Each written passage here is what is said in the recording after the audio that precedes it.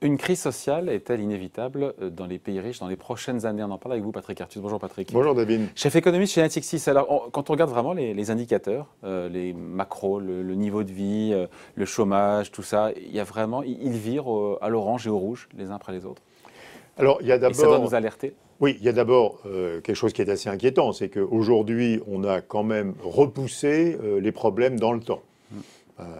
Et heureusement d'ailleurs. Heureusement, bien entendu, heureusement. Mais enfin, il faut quand même accepter l'idée qu'on n'a pas réglé les problèmes, on les a probablement surtout décalés. Donc on a 34% de faillites en moins en France qu'il y a un an. Évidemment, pourquoi ? Parce que les entreprises restructurent leurs crédits, ou reportent des échéances de crédit, ou ne payent pas leurs impôts.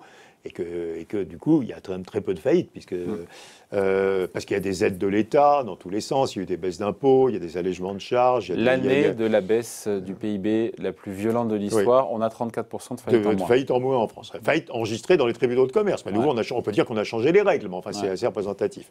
On a un financement massif du chômage partiel.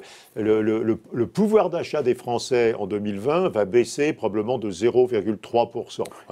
Le PIB, moins 9. Et le pouvoir d'achat des Français, moins 0,3. La différence, c'est des déficits publics financés par la création monétaire. Ça s'appelle la monnaie hélicoptère.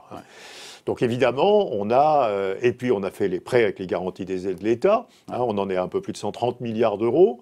Ce sont des prêts qui peuvent être étalés sur 6 ans, où l'État prend 90% du risque. Le taux d'intérêt au début est de 0,5%. Il va un petit peu monter, mais enfin, il va rester très bas. Mais avec tout ce qui est fait, pourquoi est-ce qu'une crise sociale est inévitable ? Parce que tout ça... Alors justement, on colmate... Non, parce qu'il y a des choses fondamentales qu'on ne va pas pouvoir changer. Qu'est-ce qu'on ne va pas pouvoir changer ? Il y a des choses qui sont objectives. Par exemple, il y a des secteurs d'activité qui vont aller durablement plus mal. Donc, par exemple, le tourisme, le transport aérien, l'immobilier de bureau parce qu'on télétravaille, la distribution traditionnelle parce qu'on consomme en ligne. Voilà, donc il y a des secteurs qui vont aller plus mal, qui n'ont pas du tout fait leur ajustement de l'emploi. On a perdu 700 000 emplois, j'arrondis, au deuxième trimestre, on a regagné 400 000 emplois au troisième. À moins 9 de PIB, ça ne va pas non plus, quoi. Donc évidemment, il y a des emplois pour l'instant qui sont sauvegardés, qui sont en chômage partiel, qui sont maintenus dans des entreprises qui ne vont pas bien. Donc on va voir progressivement un ajustement de l'emploi. Le taux de chômage va encore monter. On n'a rien vu sur l'ajustement de l'emploi ? On a vu 300 000 pertes d'emploi. Alors, au quatrième trimestre, on n'a pas encore les chiffres, mais le taux de chômage, il est encore très très loin de son maximum, qui va sans doute être autour de 11% vers le milieu de l'année prochaine. Donc, on aura quand même pris presque plus de 3 points de taux de chômage. Et ça peut même durer plus longtemps, parce qu'à nouveau, on lisse tous ces effets. Puis, il y a des entreprises qui vont essayer de résister, mais elles vont être très endettées. On parle des fameux zombies, mais c'est une définition concrète. Et puis, elles vont finalement, au cours des années, elles vont abandonner ou elles vont être trop endettées. Le lien avec la crise sociale, c'est quoi alors ? Et puis, il va y avoir des restructurations, il va y avoir des consolidations de certains secteurs. Voilà, donc première chose. Alors, on a vu tout de suite dans la crise, évidemment, les catégories qui étaient directement touchées. Bon, les intermittents, pensez à la culture, tous les intérimaires, les gens qui roulaient des CDD, les petits indépendants, les petits artisans, les petits commerçants, donc ils ont été tout de suite touchés dès le mois de mars. Mais alors, il va y avoir l'autre vague qui est les pertes d'emploi, quoi. Avec en plus beaucoup de gens qui vont devoir changer de métier, qui vont devoir changer de compétences. Si le transport aérien licencie et si les services informatiques embauchent, il y a un problème de reconversion pas trivial, quoi. Et ça va mettre des années, cette reconversion. Il faut sans doute attendre pour retrouver le niveau de chômage de la fin de 2019. Sans doute pas avant 2024, quelque chose comme ça. Dans le meilleur des cas. Dans le meilleur des cas. Donc, regardez qu'après les subprimes, le niveau de chômage de 2007, on le retrouve en 2016-17.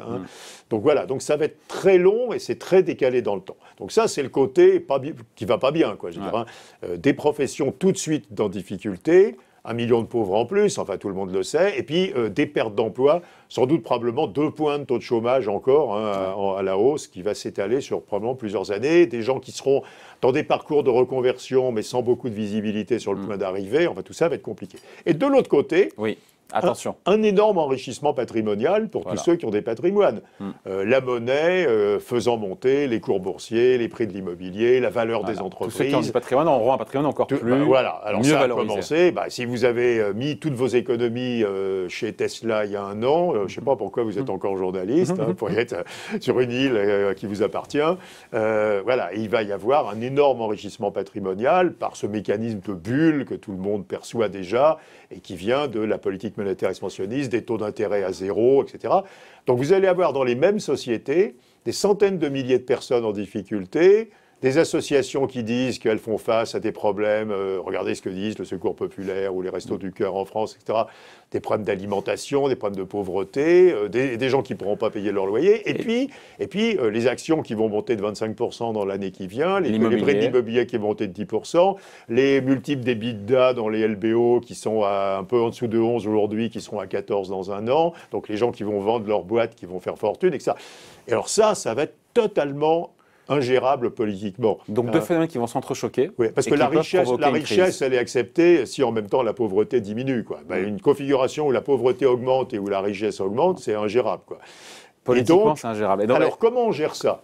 Alors, il y a l'aspect flux, on en a tous parlé, ça fait des années, on dit intéressement, participation. Bon, ça, c'est bien. On met le paquet. Bon, oui, mais et il faut le développer dans les PME, puisque vous savez qu'il n'y a que 5 ou 6% des PME où il y a des accords d'intéressement et de participation.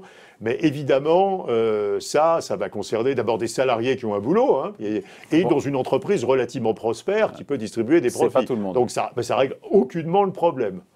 Après, on peut faire un plan pauvreté avec... C'est l'État, ça. On peut monter les minima sociaux, on peut faire du revenu universel sur les jeunes, ça va se faire probablement. Bon, mais ça ne traite pas le problème patrimonial. Et moi, je pense qu'il faut une mesure patrimoniale qui est que les entreprises dont la valeur boursière augmente considérablement en fassent profiter un nombre de gens plus grand que leurs actionnaires. Un nombre de gens parce que si vous ne faites rien... Les salariés. Déjà, ça peut commencer par les salariés, ça peut être un peu les sous-traitants éventuellement, ou les salariés des sous-traitants. Vous êtes le PDG d'une entreprise. Votre business, il va bien. Mais enfin, vos profits, ils sont ce qu'ils étaient en 2019. Et puis, votre cours boursier augmente de 50%. Si vous ne faites rien, ça enrichit de 50% vos actionnaires. Et vous contribuez, sans doute à les enrichir, mais vous contribuez à une gigantesque tension sociale.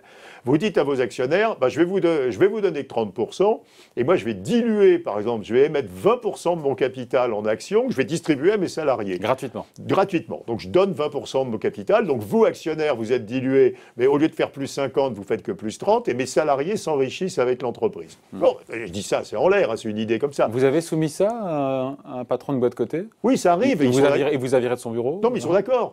Non, les patrons sont d'accord. Ceux qui ne sont pas d'accord, c'est leurs actionnaires américains, par exemple, qui veulent les 50%.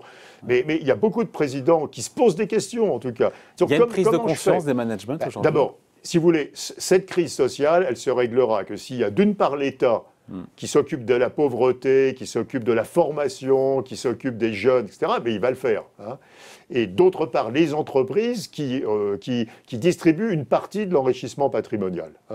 Et il faut que les entreprises... Mais si elles ne le font pas sous la pression des actionnaires américains, des fonds de pension américains... Si elles ne le font pas, il viendra un jour un gouvernement qui le fera par la loi. Il vaudrait mieux que les entreprises s'organisent pour le faire. Non, il faut faire quelque chose. Parce que vous voyez, c'est un des coûts terribles de la gestion monétaire d'une crise. On le sait. C'est une gestion... D'ailleurs, quand vous parlez aux personnes qui réfléchissent à la politique monétaire, y compris à la BCE, ils vous disent tous qu'ils sont d'accord avec l'idée qu'une politique monétaire très expansionniste, ça réduit les inégalités de revenus, parce que ça soutient l'économie, ça évite les faillites, mais ça augmente énormément les inégalités patrimoniales. Donc il ne faut pas travailler que sur les inégalités de revenus, il faut aussi regarder cette question des inégalités patrimoniales.